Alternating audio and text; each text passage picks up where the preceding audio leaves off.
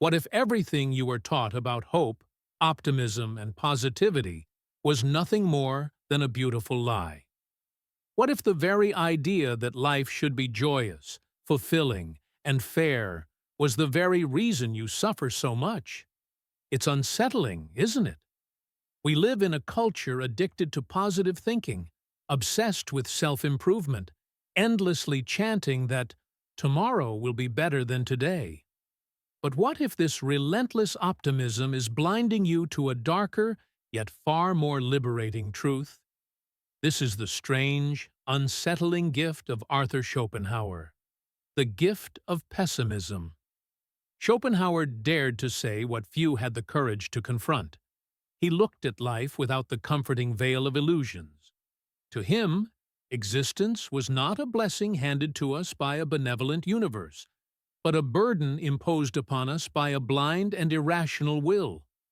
The will to live, that restless, insatiable force inside every creature, drives us forward, but never lets us rest. You get what you want today, only to be haunted by a new desire tomorrow.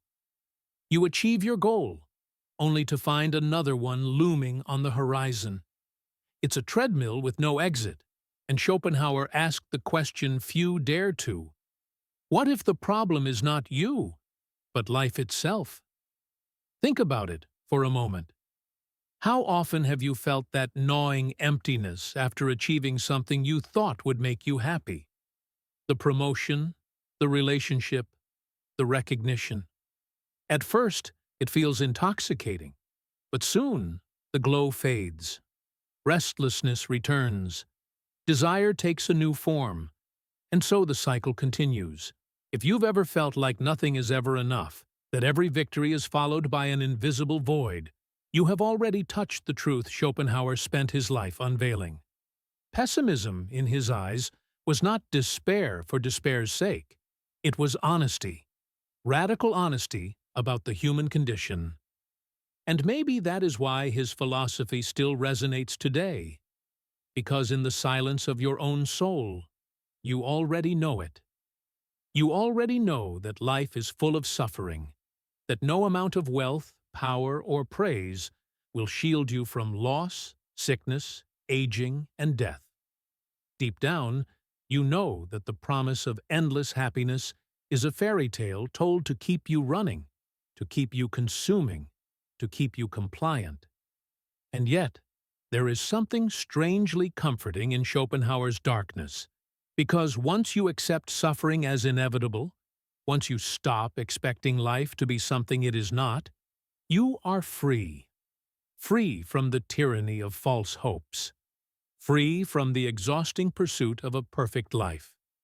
Free to see things as they are, and in that clarity, a new kind of peace emerges. This is the paradox of pessimism. The moment you embrace the inevitability of suffering, you stop being shocked by it. Pain no longer feels like a failure or an injustice. It becomes part of the fabric of existence. Just as winter is part of the year, sorrow is part of life. And when you stop demanding that life should always be spring, you discover the quiet beauty of its winters. But let's pause here, because maybe you're thinking, if life is suffering, then what's the point? Why keep going? Schopenhauer's answer is not easy, but it is profound. The point is not to escape suffering, but to transcend it. Not by denial, not by blind optimism, but by cultivating a perspective that goes beyond the endless demands of the will. For Schopenhauer, this transcendence came in moments when the will is silenced, when desire is suspended. Have you ever lost yourself completely in a piece of music, a painting, or a breathtaking scene in nature?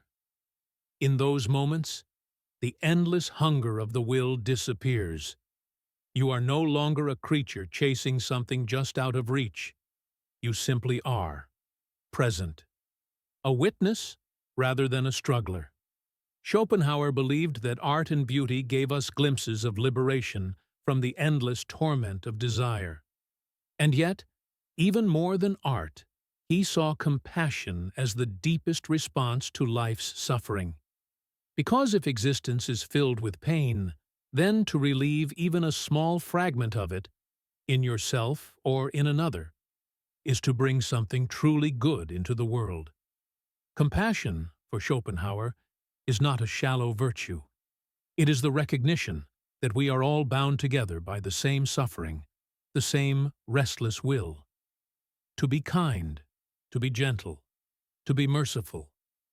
These are not naive acts of optimism, but radical acts of rebellion against the cruelty of existence. Look closely, and you'll see how different this is from today's obsession with happiness.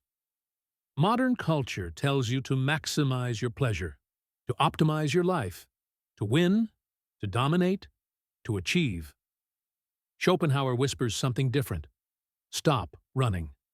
Look suffering in the eye. Accept it. And then, instead of trying to outshine everyone else, extend your hand to them. Because the real measure of a life well lived is not how much pleasure you squeezed out of it, but how much unnecessary pain you refuse to inflict. Doesn't that ring true? When you look back on your life, will you remember the endless chase for the next success? Or will you remember the moments of connection, the small kindnesses, the depth of your presence with those you loved? Isn't it possible that pessimism, properly understood, strips away the illusion and reveals what truly matters? Schopenhauer called life a pendulum swinging between pain and boredom. When we want something, we suffer in desire. When we get it, we suffer in boredom. And so it goes, back and forth, endlessly. But within that dark vision lies a strange gift. Once you stop expecting the pendulum to deliver eternal joy, you can begin to find freedom in the spaces in between. You can stop clutching at life as if it owes you something. You can meet each moment not with desperate grasping, but with quiet acceptance. Maybe this is what you've been searching for all along. Not the promise of perfect happiness, but the strength to live honestly. To no longer be deceived by the false smiles of consumer culture, the hollow slogans of positivity, or the endless pursuit of more. Maybe you've always felt that gnawing suspicion that life is heavier, darker, more tragic than people admit. And maybe, hearing it spoken aloud, you feel strangely relieved. Because now you know you are not alone. This is the strange comfort of Schopenhauer's pessimism. It tells you that it's not your fault if you suffer. It's not because you failed to think positively enough, or because you didn't visualize your goals hard enough. Suffering is not a glitch in the system. It is the system. And by acknowledging it, by making peace with it, you step outside the prison of false expectations. You become free in the only way freedom is possible, by refusing to be deceived. And in that refusal, a transformation takes place. You begin to measure life differently. Success is no longer about how high you climb, but how deeply you see. Meaning is no longer about how much you acquire, but how much you understand. And joy, when it appears, fragile, fleeting, imperfect, becomes infinitely more precious because you no longer demand that it last forever. So here is the dark gift of pessimism. It strips away illusions, but in doing so, it gives you something far greater than illusions. It gives you truth. And truth, no matter how heavy, is always lighter than lies. Schopenhauer forces you to ask the questions most people avoid. What if happiness is not the goal of life? What if suffering cannot be eliminated, only faced? What if the greatest wisdom is not to escape the tragedy of existence, but to live within it with clarity, compassion, and dignity? And if you dare to embrace these questions, you may find that pessimism is not the enemy of hope, but its foundation. For only when you accept the darkness can you truly see the light. Only when you acknowledge suffering can you cultivate genuine compassion. Only when you stop demanding perfection from life can you begin to savor its fleeting, imperfect beauty. So let me leave you with this thought. Schopenhauer's pessimism is not a curse, but a gift that hurts when you first open it, but slowly reveals its strange beauty. A gift that teaches you to stop running, to accept, to see clearly. A gift that frees you from the tyranny of illusions and guides you toward a life lived in truth. Pessimism is not despair. Pessimism is honesty. And in honesty, there is a quiet, unshakable peace. Schopenhauer. The dark gift of pessimism. May you have the courage to receive it. If this message spoke to you, if it stirred something within you, I invite you to walk further with us. Leave a like, share your reflections in the comments, and subscribe to the channel. Together, let's create a space where philosophy is not about abstract theories, but about the raw, unfiltered truth of what it means to be alive.